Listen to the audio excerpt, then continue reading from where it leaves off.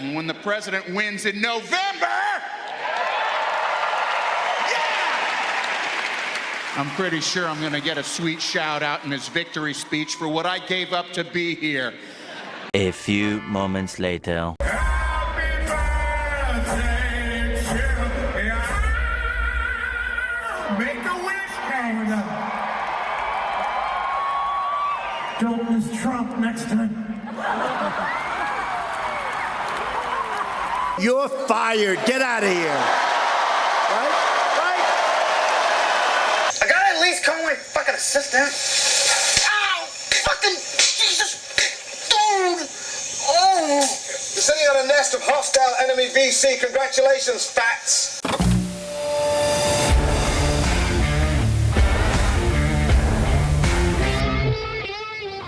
All right, guys, welcome to the channel, America's Reality 360, where we bring you the reality of America. Today, we're talking about the fall of Jack Black.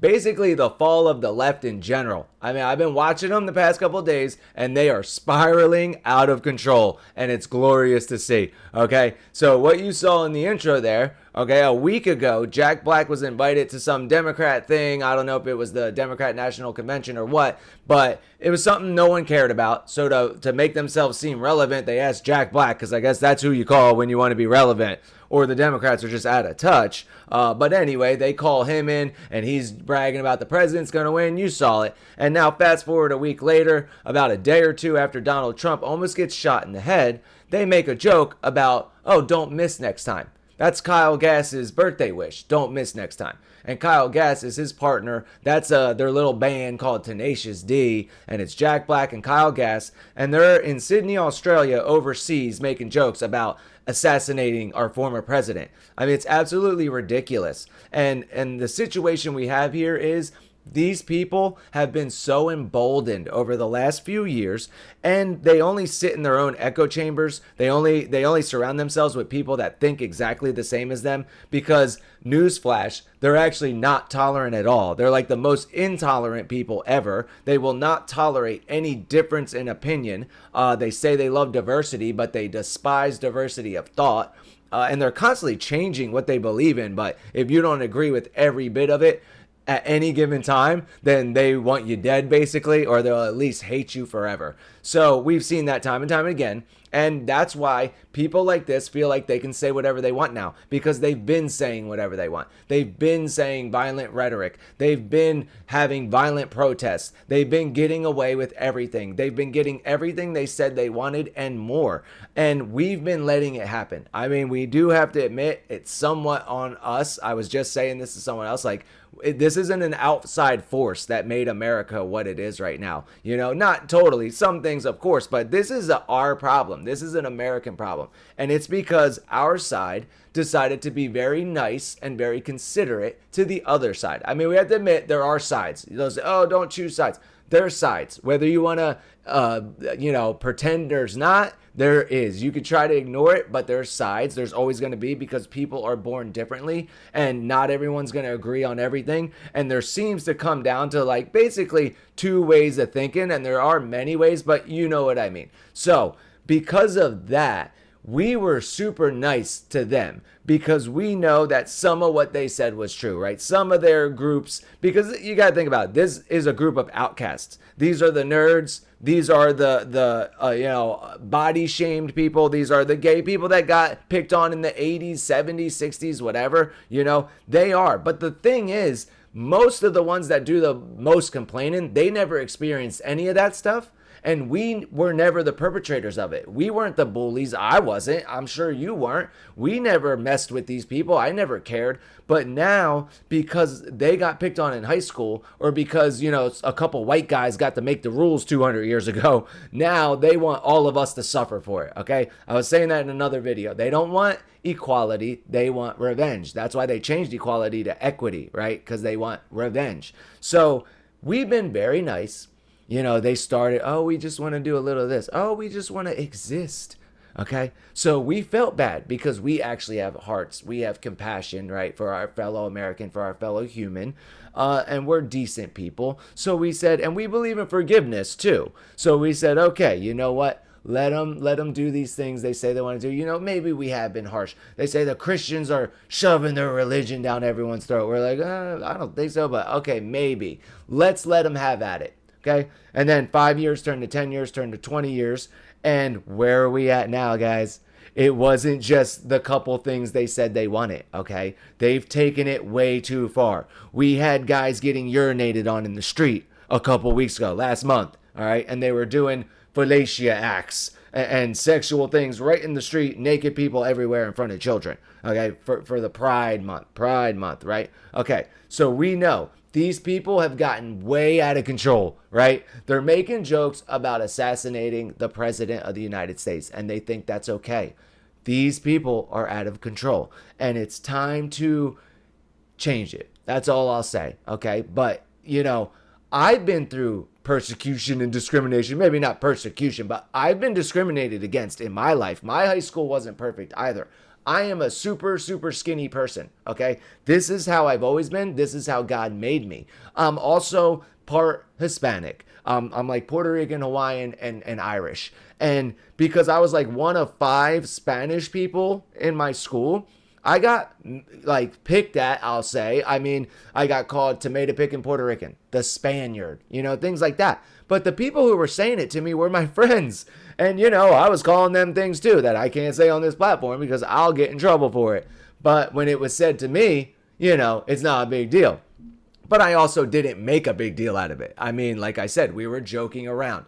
Also, though, the skinny thing, I mean, I've been saying this forever, okay? Skinny people are one of the most persecuted, okay? I'll say it. Because, listen, I can't walk up to a fat person and say, man, you're too fat.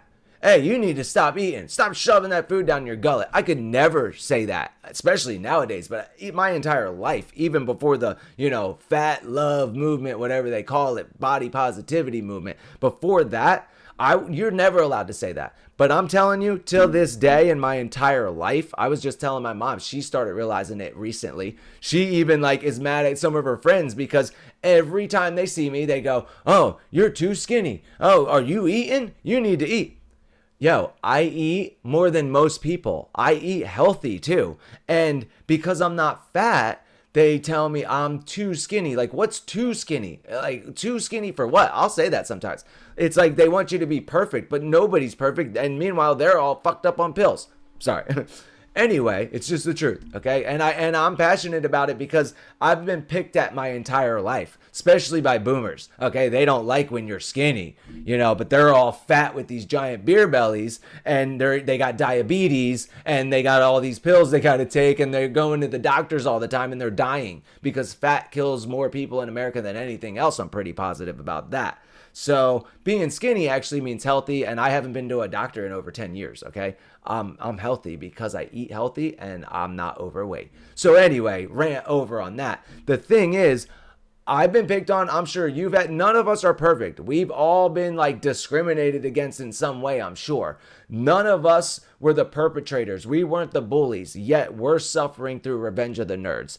And what's happening is they're seeing it all fall apart, okay? What was the topic before the Trump incident? It was all Joe Biden being horrible and failing in that debate, okay? That's every news segment. Even the Democrats were talking about it, and they were freaking out. I said it in another video. I won't go into it here, but I wouldn't be surprised if maybe some things have happened recently just to change that news cycle, because trust me, they will sacrifice anything for stuff like that. You know, and I don't know who they are, and it's all allegedly, but I'll leave it there. You do what you will with that, but I'm telling you, the whole conversation was about Joe Biden being the worst person ever. They were going to make him leave. Are they going to kick him out and bring in somebody else? That's all anyone's talking about. Nobody's talking about that now. All it is about now is Trump, okay? And now they see, because Trump not dying that day, I'm telling you, it's not even just, thank God it was a miracle.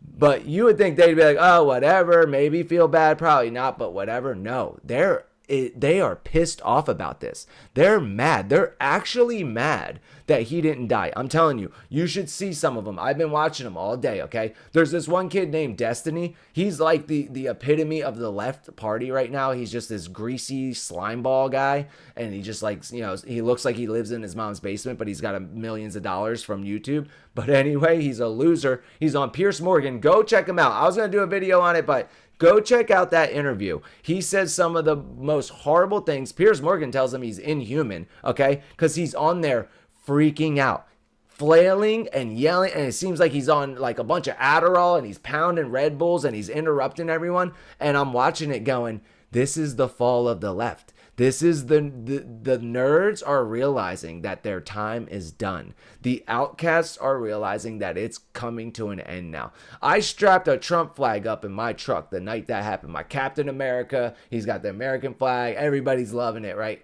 But not everybody. I'm also getting some really dirty looks. I drove through the Walmart parking lot, and a couple of them people, one of the guys worked there today. I was worried if he's going to key my truck while I was grocery shopping earlier. True story, okay? Because I'm telling you, these people see it all slipping through their fingers, and they felt like they've been on a peak. They've been on a high. They've been just trampling all over us, doing whatever they want. I mean, look around, guys. They have taken over everything, okay? And now they think they can get away with joking about killing our guy, man.